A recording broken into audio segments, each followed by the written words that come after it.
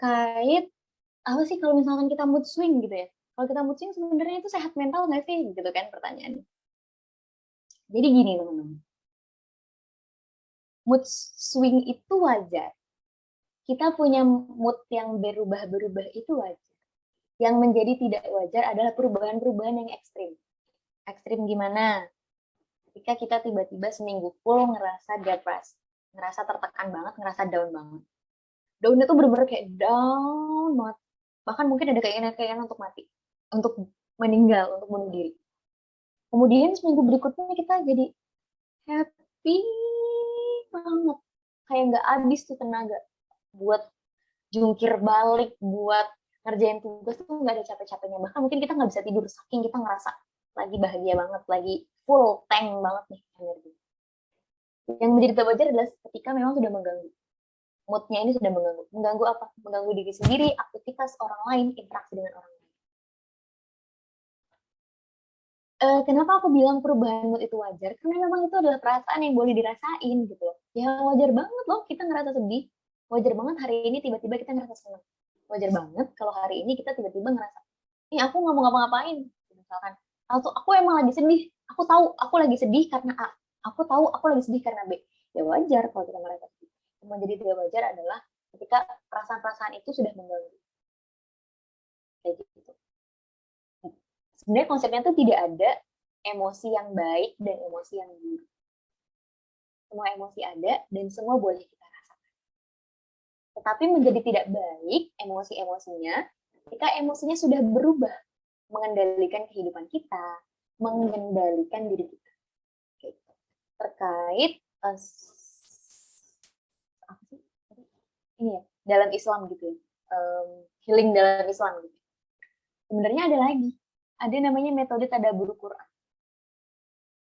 Itu ada, aku pernah ikut salah satu webinar gitu ya, bareng Mbak Syafira, namanya Mbak Syafira, beliau psikolog. Itu Mbak Syafira Putri Ekayani kalau teman-teman tahu. Beliau pernah ngisi webinar di Kemuslimahan Al-Fat gitu ya, terkait kesehatan mental dan teknik self healing pakai Quran. Itu menurut aku juga lumayan oke sih teknik yang disampaikan oleh Mbak Syafira. Kayak gimana tekniknya gitu kan. Jadi waktu itu Mbak Syafira tuh nyontohin ketika kita lagi ngerasa ada masalah, coba ambil Qurannya dan randomly aja tuh kita buka.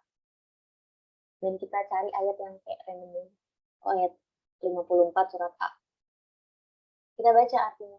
Katanya itu adalah salah satu bentuk kita resapi gitu artinya. Katanya sih itu juga salah satu bentuk self healing dalam Islam. Sebenarnya banyak sekali metode-metode self healing dalam Islam. Kalaupun teman-teman pengen baca lebih lanjut terkait self healing dalam Islam, aku sangat merekomendasikan Instagramnya Mbak Novi, Safia, itu healyourself.id. Itu banyak banget teknik-teknik atau pemikiran-pemikiran terkait kesehatan mental yang dikaitkan dengan agama Islam atau kesehatan mental dalam perspektif Islam kayak gitu. Jadi banyak sekali sebenarnya. Semua ibadah kalau kita kayak dihusyukkan banget gitu ya. Kayak tadi aku bilang, aku udah sholat, aku ngerasa udah khusyuk gitu kan. Oh ternyata aku mungkin bacanya kecepatan kali ya gitu. Bismillahirrahmanirrahim, alhamdulillahirrahmanirrahim gitu kan. Cepet banget. Apalagi aku udah biasa ngomong cepet. Jadi kayak, ini aku sholatnya nggak bikin aku tenang gara-gara aku ngomong bacaannya kecepatan deh. Oh mungkin aku kayak Bismillahirrahmanirrahim. Terus sambil mungkin nanti setelah sholat terus ditadaburi ayat-ayat Allah dan lain sebagainya. Itu mungkin akan menciptakan ketenangan tersendiri kan. Karena pada dasarnya kan Allah udah ngasih tahu ya, dengan mengingat Allah hati menjadi tenang. Intervensi-intervensi lain seperti self help, seperti psikolog itu kan tambahan dan itu diperbolehkan. Gitu. Karena memang kan itu adalah usaha. Kalau kata Allah kan Allah nggak akan ngerubah kondisi kita kalau kita sendiri nggak mencari pertolongan, kita nggak menolong diri sendiri. Jadi memang psikolog diperbolehkan, melakukan self help diperbolehkan, sambil jangan lupa libatkanlah Allah, tujuannya karena Allah dan atau teman-teman juga boleh dicek di relasi consulting, itu juga psikologi Islam. Ada juga namanya Kolbu apps, itu juga basicnya psikologi Islam. Yang pengen teman-teman belajar psikologi lebih lanjut terkait psikologi Islam gitu ya, basicnya Islam, 3 account itu yang menurut aku jadi rekomendasi. Tuh, semoga dari siapa tadi, Kavina ya? Kavina terjawab.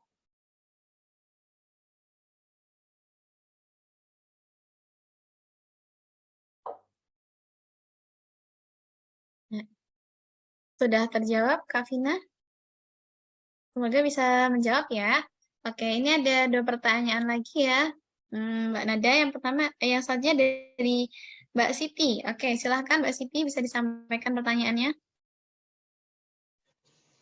Baik, terima kasih.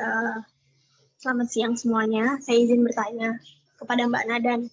Jadi saya itu punya teman yang dia tuh punya teman lagi.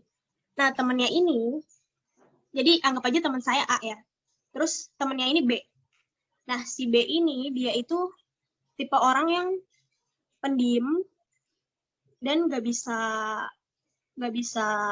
terlalu bersosialisasi sama orang-orang di dekatnya, walaupun itu kondisinya maksudnya rame gitu. Jadi dia kayak cuma bisa terbuka sama si A aja. Tapi si A ini ngerasa kalau si B ini tipe-tipe orang yang apa-apa tuh nggak ada inisiatif gitu. Dan itu tuh entah itu berpengaruh dari masa lalunya atau trauma atau gimana, saya juga kurang tahu. Tapi si A ini cerita kalau si B ini lama-lama kayak ya nggak bisa dibiarin gitu loh. Nah, apakah si B ini itu termasuk dia karena seperti itu tuh karena trauma masa lalu atau karena emang orangnya introvert aja? Apakah orang introvert sediem itu atau sebenarnya itu dipengaruhi apa sih? Apakah itu termasuk apakah itu termasuk kelainan mental juga? Nah, terus maaf ya sebenarnya apa namanya? Teman saya juga nanya, ini tuh kira-kira gimana sih buat menangani dia yang kayak gitu? Jadi intinya tuh si B ini orangnya pendiam, kurang inisiatif, kurang peka, dan kalau misalnya ditempatkan di situasi yang rame, dia nggak mau bersosial gitu. Nah, itu apakah berhubungan sama mentalnya juga atau gimana ya? Dan solusinya tuh gimana? Yang baiknya, karena dia ini hitungannya udah dewasa, udah mungkin umurnya udah sekitar 26-an, dan dia itu ya seorang laki-laki gitu. Maksudnya kayak apakah itu masuk masalah mental atau gimana ya? Gitu. Terima kasih sebelumnya. Oke, langsung aku jawab ya, Mbak Siti. Oke, Mbak. Oke. Ini lagi ramai juga nih, di mana-mana orang. Dikit-dikit ngomong introvert, extrovert. Aku nih introvert banget orangnya gitu. Aku nih extrovert banget. Tapi kalau aku beneran, aku extrovert banget. Ketika lagi low battery gitu, aku malah demen nih ngobrol-ngobrol sama orang-orang gitu. Jadi gini teman-teman, introvert sama extrovert itu bukan kayak label gitu. Itu adalah kondisi di mana emang ada orang-orang yang kalau lagi low battery, lagi capek, itu senengnya ngobrol sama orang atau interaksi sama orang. Itu extrovert. Ada juga orang yang kalau lagi capek habis kuliah, udah gue nggak mau ngomong sama siapa-siapa, tolong jangan diganggu. Ada yang kayak gitu. Pengen di kamar aja ngembalin energi. Makan, ngaji gitu ya, atau baca buku, atau nonton sendirian di kamar gitu. Ada juga orang gitu. Atau dia dengan diem aja gitu seharian tidur, terus besoknya udah recharge lagi. Ada juga yang kayak gitu. Itu adalah orang yang bisa disebut dengan introvert. Masalahnya adalah di sini kita nih sering banget terlabeli sama label-label yang ada. Misal, oh mood swing itu bipolar, aku punya bipolar. Oh, aku pemalu, aku introvert. Oh, dia orangnya pede, berarti dia extrovert. Nah ini, kita sering banget terlabeli, self-diagnose, melabeli diri sendiri. Yang akhirnya apa? Label-label ini yang sebenarnya bikin kita nggak maju. Label-label, aku punya trauma. Oke, kamu punya trauma, tapi bukan berarti itu melabeli dan mendeskripsikan diri kamu. Kamu punya trauma, tapi kamu bukan berarti kamu tidak bisa berprestasi, bukan berarti kamu tidak punya potensi. Gitu. Seringkali kita terkurung dalam label-label yang kita buat sendiri. Ini yang perlu kita hati-hati juga ya, karena ini kan lagi marak banget ya kesehatan mental di mana-mana. Yang sering kita lupa adalah memang ada gangguan kesehatan mental tuh ada. Kepribadian-kepribadian tertentu itu ada. Tapi itu bukan label dan bukan menilai diri kita secara keseluruhan. Makanya ketika memang, aku pernah dengar gitu ya, salah satu psikiater bilang, emang kamu bipolar, tapi kamu bukan berarti kamu ini nggak bisa melakukan kayak orang-orang. Jangan memberikan excuse untuk diri kamu cuma karena kamu bipolar. Begitu. Kamu bipolar, ini fakta. Dan itu nggak bisa dirubah. Tapi bukan berarti kamu nggak bisa kayak orang-orang yang mungkin sehat mental. Orang yang nggak punya gangguan kesehatan mental. Jadi label-label ini yang perlu kita singkirkan dulu. Kita nggak pernah tahu orang lain seperti apa, dan belum tentu kondisi kesehatan mental orang mendeskripsikan secara keseluruhan orang ini. Ini yang perlu hati-hati sekali.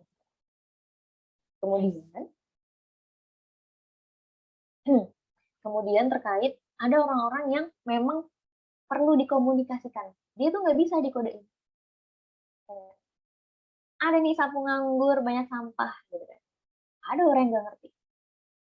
Ada orang-orang yang memang harus Retno, kamu piket ya hari ini. Sapu ya. Aku ngepel. Retno, nanti tolong ini ya, beliin nasi gorengnya yang begini. Ada tipe orang yang memang harus seperti itu. Apalagi laki-laki. Kalau teman-teman suka nontonin Dokter Aika Dahlan, itu kan sering diceritain ya beliau, sering bilang, memang laki-laki bapak-bapak itu nggak bisa dikodein, misalkan gitu. Memang mereka tuh harus detail nyuruh-nyuruhnya. Dokter Aika Dahlan pernah cerita ya, pernah ngasih materi kayak gitu kalau nggak salah, itu sering lewat juga tuh di Reels, di TikTok gitu kan. Memang seperti itu. Ada memang orang-orang yang nggak bisa nih kita kodein atau kita diemin terus dia punya inisiatif. Emang nggak ada. Tapi memang harus dikomunikasikan tuh ada tipe orang. Kemudian gimana kita sebagai orang yang berinteraksi dengan orang-orang yang nggak punya inisiatif? Ya demi kewarasan diri sendiri gitu kan. Nggak mungkin kita diemin gitu kan. Ah bodoh. Udah tahu nih dia nggak inisiatif terus kita kayak bodoh pokoknya aku nggak mau tahu, kali ini aku udah nggak mau ngasih tahu lagi. Aku mau ngasih tahu lagi titik, pokoknya dia harus sadar. Sedangkan kita sama-sama tahu dia orangnya nggak punya inisiatif. Wah, itu kan nggak bakal kelar gitu kan, sampai masa bahasanya kayak sampai kiamat juga nggak akan tahu gitu orangnya, karena emang pada dasarnya orangnya nggak inisiatif. Mau nggak mau, kita yang punya kesadaran lebih, kita yang punya kepekaan lebih, kita sampaikan ke dia. Kak, tolong ya, ini disapu. Ini sapunya, tolong disapu karena sekarang aku lagi ngerjain rumah. Oh, karena tadi aku sudah ngerapiin kamar. Kayak gitu. Nggak bisa kita, karena gitu loh teman-teman. Kita harus paham juga yang namanya lingkaran kendali. Apa sih lingkaran kendali?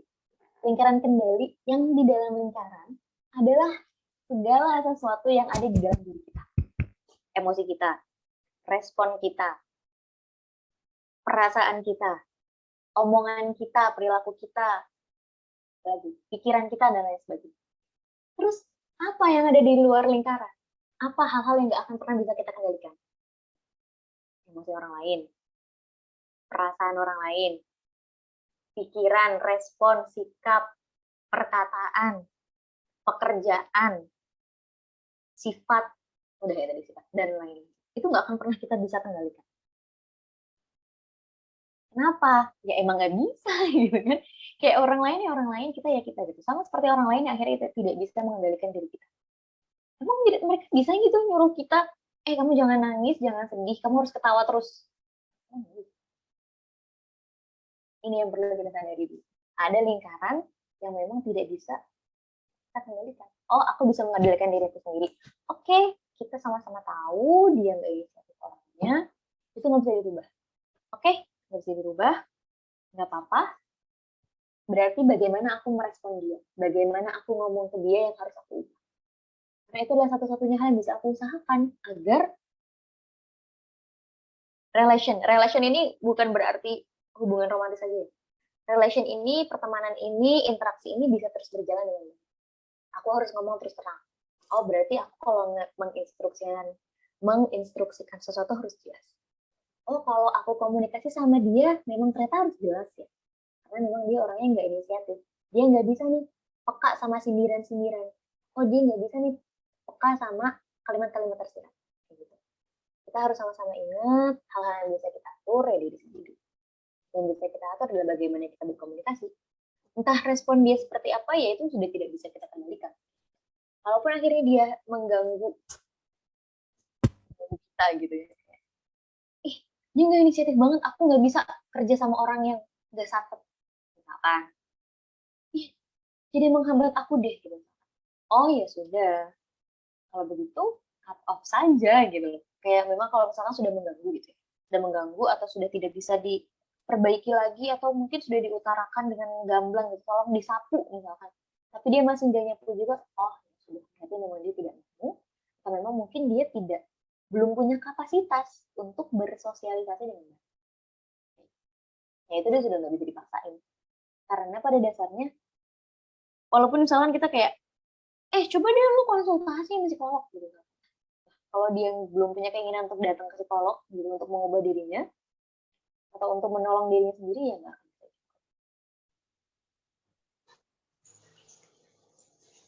Mbak Nada izin menanggapi ya. Ya, boleh. Jadi udah pernah dicoba sama teman saya untuk ya dinasehati gitu, dibilangin bla bla bla bla, tapi dia tuh orangnya kayak jadinya overthinkingan gitu. Kayak malah berpikirnya ya mungkin lebih ke negatif gitu. Maksudnya gimana sih? Jadi tuh kita sebagai temennya pun bingung harus ngapain gitu ke dianya. Ya emang bener sih, saya juga maksudnya juga merasa kalau kita nggak bisa ngatur orang lain. Tapi kan maksudnya mungkin kita bisa mengupayakan sesuatu yang bisa bikin dia jadi lebih baik gitu loh. Apa emang dia perlu ke psikolog atau gimana? Mungkin bisa ditanya gitu ya. Mungkin dia nggak suka gitu ya ketika rame, atau mungkin kemarin ngobrolnya gimana? Kalau saya sih diceritain aja, cuma maksudnya teman saya tuh minta solusi juga gitu. Dia katanya kalau di tempat rame itu dia tetap di sana, tapi dia malah diem, malah yang nggak ngobrol gitu ya, cuma diem aja. Padahal udah dipancing-pancing biar dia jadi topik utama misalnya ya gitu. Tapi tetap diem aja, jadi dia tuh kayak nggak mudah terbuka ke orang lain. Dan kalau ke teman saya itu, ya disuruh mau-mau aja, tapi emang kayak nggak ada inisiatif gitu loh. Jadi kayak, ya bingung juga sih. Terkait sifat terbuka atau enggak, memang ada orang-orang yang nggak bisa terbuka. Ada orang-orang yang lebih suka in private, ngobrol berdua, bertiga, dalam skala kelompok yang kecil. Itu nggak apa-apa. Mungkin dia nggak nyaman di lingkungan terbuka gitu. Oh ya udah, nggak apa-apa. Mungkin dia menjadi pendengar yang aktif, kita kan juga nggak apa-apa. Kayak gini, kayak hari ini. Contoh kayak Tapi hari dia, ini. jadi tuh teman saya tuh jadi kayak ngerasa terlalu digantung sama dia gitu. Jadi si B ini terlalu bergantung sama si A. Jadi si A-nya tuh bingung gimana harus menghadapi si B. Gitu. Oke. Jadi ini terkait hubungan pertemanan, hubungan sosial, yang sebenarnya mungkin di usia segitu harusnya udah bisa dong berinteraksi dengan orang luar gitu kan. Iya. Ini kenapa nih gitu kan? Ada PR kayaknya ya, kamu yang belum selesai gitu. Oh, kamu ada PR yang belum selesai. Kalau kita yang menyadari, kita boleh menyerahkan orang lain. Aku ngerasa dari kamu agak berubah akhir-akhir ini. Perubahan kamu ini lumayan ekstrim loh. Misalkan apa ya, sampaikan dengan baik. Karena dia orangnya nggak suka keramaian, sampaikan ketika lagi berdua, bertiga, atau dalam kelompok yang kecil. Mohon maaf ya, Dek. Kayaknya aku ngelihat kamu ini sepertinya butuh pertolongan. Kamu ada masalah. Atau kamu pernah punya masalah tertentu. Tanyakan dengan baik, secara private, karena memang ada orang-orang yang nggak bisa. Jadi misalkan nih, tiba-tiba nih kita bikin forum di sini, terus aku tiba-tiba marahin Mbak Siti. Mbak Siti, kamu tuh ya jangan kayak gini, kamu ke psikolog aja deh mendingan. Gitu. Kalau Mbak Siti nggak apa-apa digituin, ya mungkin memang Mbak Siti harus dalam forum besar. Gitu. Tapi mungkin Mbak Siti adalah tipe orang yang nggak, aduh, saya nggak suka banget begini. Kalau mau negur ya mbok negur di private gitu loh, chat aku sendiri, ketemu kita di cafe atau gimana. Aduh, yang gitu. Oke, sampaikan. Mungkin kamu ngerasa nggak sih ada sesuatu yang yang kurang baik dari diri kamu yang pengen kamu ubah? Kalau misalkan dia jawab, iya ada. Misalkan gitu ya, iya ada. Aku ada loh rekomendasi psikolog yang bagus. Di psikolog di puskesmas ini murah loh, 15.000 aja satu kali pertemuan. Kan gitu. Atau misalkan kalau di Jakarta, ini puskesmas di Jakarta Selatan yang ini nih, ini ada psikolognya nih, harganya 30.000. Mau nggak? Kesana yuk, aku temenin. Nanti kamu bisa ngobrol apa aja sama psikolognya. Atau mungkin ada masalah-masalah kamu yang belum selesai. Karena memang kalau urusannya dengan sifat kepribadian, apalagi yang kita tuh nggak tahu ini sumbernya dari mana, bisa jadi mungkin ada trauma. Bisa jadi memang dia terbiasa tumbuh seperti itu. Itu juga ada yang seperti itu. Memang dia terbiasa tumbuh dengan memendam emosi, dengan malu, dengan diam gitu, dengan tidak mengekspresikan apapun, itu juga ada. Dan itu ya memang sudah nggak bisa dirubah gitu. Kecuali memang dia ada keinginan untuk kayak, ini aku harus bersosialisasi lebih di tempat lain. Baru mungkin dia nantinya akan muncul-muncul kayak lebih ramah, lebih akrab, lebih merespon. Jadi ya memang kalau teman-teman sendiri udah ngerasa nggak nyaman nih, teman-teman Mbak Siti gitu, si A, lu kayaknya gue udah gak sanggup deh masih B nih. Apa aku rekomendasiin ke psikolog? Ya boleh. Sampaikan dengan baik, jangan di forum yang besar, sampaikan secara private, dan disampaikan dengan bahasa yang gitu. Dan jangan sampai ketika udah disaranin ke psikolog nih, kita cuma sampai situ aja. Tapi kita nggak coba untuk kayak nanya lagi, kamu udah jadi ke psikolog belum? Kenapa belum jadi? Takut ya berangkatnya? Enggak kalau aku temenin. Tapi nanti kamu di dalam tetap berduaan kok sama psikolognya, jadi nggak perlu malu untuk cerita. Itu sih yang paling penting. Jangan membuat dia jadi kayak merasa di labeli stigma juga. Itu sih yang paling penting. Oke, makasih Mbak Nada. Sama. Alhamdulillahirrahmanirrahim. Terima kasih atas pertanyaan yang sudah disampaikan dan juga jawaban yang sudah diberikan oleh Kak Nada. Nah, ini mohon maaf sekali karena waktunya sudah selesai. Untuk pertanyaan-pertanyaan berikutnya akan dijawab melalui chat ya. Oke, alhamdulillahirrahmanirrahim. Nah, karena kita sudah berada di penghujung acara, mungkin dari Mbak Nada bisa memberikan closing statement nih untuk kita semuanya. Pesan-pesan agar kita menjadi lebih produktif dan bisa menjaga kesehatan mental kita. Oke, kita mungkin ini pengen kita semua. Kita nggak harus selalu produktif. Kita nggak harus selalu mengerjakan 10 pekerjaan. Kita nggak harus jadi yang paling berprestasi. Yang penting kita bahagia. Yang penting ibadah lancar. Yang penting kita tenang. Kalaupun kita mau meraih sesuatu yang lebih, boleh. Tapi jangan lupa juga. Gitu. Untuk yang paling penting adalah kebaikan diri kita sendiri. Karena orang yang harus pertama kali apa tuh kalau kata suara-suara di TikTok ya, orang yang harus pertama kali disayang adalah diri sendiri. Nah ini juga berlaku dengan mengetahui batasan-batasan diri kita sampai mana. Kita boleh berprestasi, kita boleh. Kita misalkan sanggup magang di 3 tempat. Jadi orang paling bermanfaat, paling bermanfaat, boleh. Misalkan kita tidak melupakan hak-hak diri sendiri dan hak orang lain. Apalagi paling penting dari sendiri. Itu menurut aku ya teman-teman. Yang penting tahu batasan, tahu kemampuan, sampai mana sanggupnya, silahkan dikejar gitu, diusahakan. Boleh banget gitu kan. Kata siapa perempuan gak boleh berprestasi, itu loh Fatimah meriwayatkan ribuan hadis gitu kan. Fatimah Aisyah gitu. Itu si Aisyah aja meriwayatkan ribuan hadis kok, nggak apa-apa. Rasulullah nggak ngelarang gitu kan. Apalagi kita. Oh, berarti itu juga boleh kok untuk berprestasi gitu kan. Jadi, lakukanlah apa yang bisa teman-teman usahakan, dan fokus aja sama diri sendiri. Maksudnya fokus sama diri sendiri itu bukan jadi kayak, enggak, aku nggak mau peduli orang lain, aku nggak mau ngeliat tuh sama. Bukan, tapi ya fokus sama mencapai diri sendiri gitu. Kalau ada orang lain lebih keren, alhamdulillah.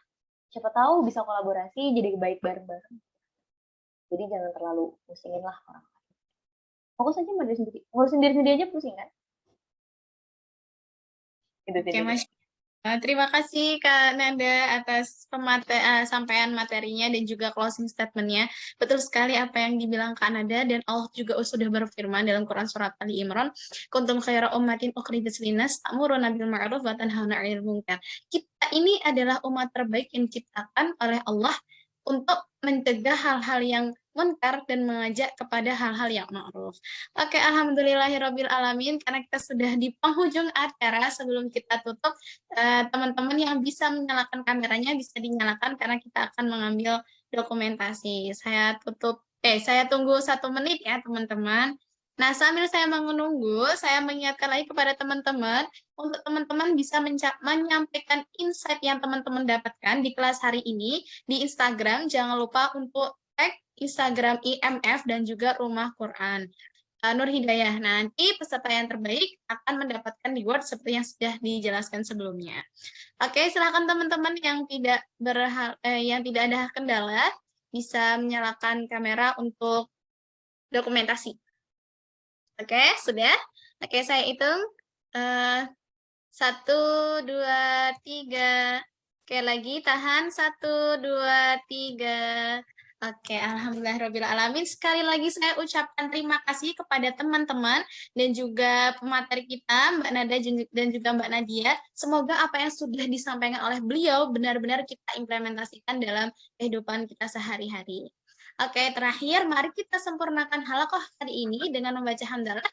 Alhamdulillahirabbil alamin, disempurnakan dengan doa kafaratul majelis. Subhanakallahumma wa bihamdika asyhadu alla ilaha illa anta astaghfiruka wa atubu ilaik. Alhamdulillahirabbil alamin. Teman-teman terus pantengin grup dan juga akun sosial medianya IMF dan juga Rumah Quran untuk mengikuti kelas-kelas berikutnya. Sekian dari saya, kurang lebihnya saya mohon maaf. Wassalamualaikum warahmatullahi wabarakatuh. Waalaikumsalam warahmatullahi